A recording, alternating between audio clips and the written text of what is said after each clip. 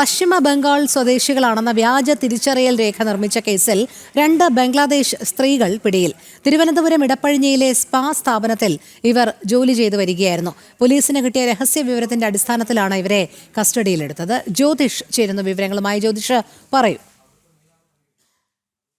രോഹിണി, ഇടപ്പഴിഞ്ഞിയിലുള്ള സ്പായിൽ ജോലി ചെയ്തിരുന്ന 2 ബംഗ്ലാദേശികളെയാണ് ഇപ്പോൾ ATS അറസ്റ്റ് ചെയ്തിരിക്കുന്നത്. ഇവർ പശ്ചിമ ബംഗാൾ സ്വദേശികൾ എന്ന പേരിൽ വ്യാജരേഖ നിർമ്മിച്ചുകൊണ്ടായിരുന്നു ഇടപ്പഴിഞ്ഞിയിലെ സ്പായിൽ ജോലി ചെയ്തുകൊണ്ടിരുന്നത്. ഈ വിവരം ഇന്റലിജൻസിന് കിട്ടിയ രഹസ്യ വിവരത്തെ തുടർന്നാണ് ഈ വിവരം ATSന് കൈമാറുകയും ATS ഇന്ന് ഇടപ്പഴിഞ്ഞിയിലുള്ള സ്പായിൽ വിശദമായ പരിശോധന നടത്തിയപ്പോഴാണ് ഇവർ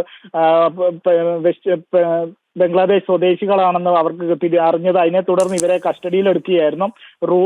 റിമ ഷെയ്ഖ് എന്നീ 2 ബംഗ്ലാദേശ് സ്ത്രീകളെയാണ് ATS അറസ്റ്റ് ചെയ്തത്.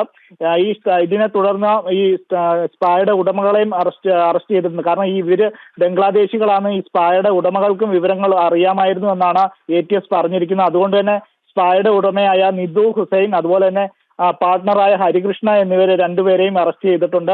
അല്പസമയം മുമ്പാണ് കോടതിയിൽ ഹാജരാക്കി ഇവരെ റിമാൻഡ് ചെയ്തിരിക്കുകയാണ്. ഇപ്പോൾ പാസ്പോർട്ട് ചട്ടലംഘന പ്രകാരമാണ് ഇവരെ അറസ്റ്റ് ചെയ്തിരിക്കുന്നത്. രോഹിണി, ശരി, ജ്യോതിഷാണ് വിവരങ്ങൾ നൽകിയത്.